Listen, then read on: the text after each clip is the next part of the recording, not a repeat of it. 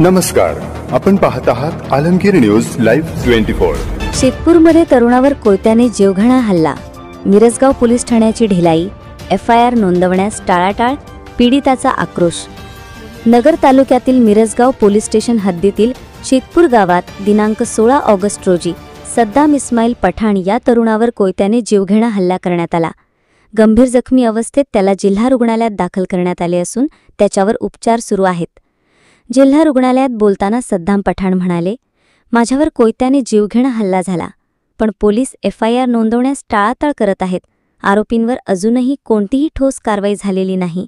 आम्हाला न्याय मिळेल का, असा आक्रोश पीडित सद्दाम पठाण यांनी जिल्हा रुग्णालयातून व्यक्त केला।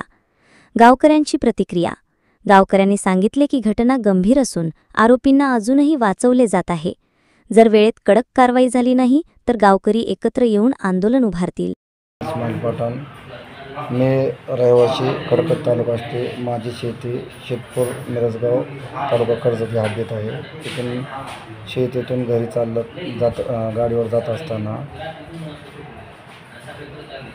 ते कलू विश्वनाथ नलोटे आणि त्याचा मुलगा शिवस्वामी नलोटे, शिवशंकर स्वामी नाही ना भाई, कल्याण विश्वनाथ नलोटे, स्वामी नलोटे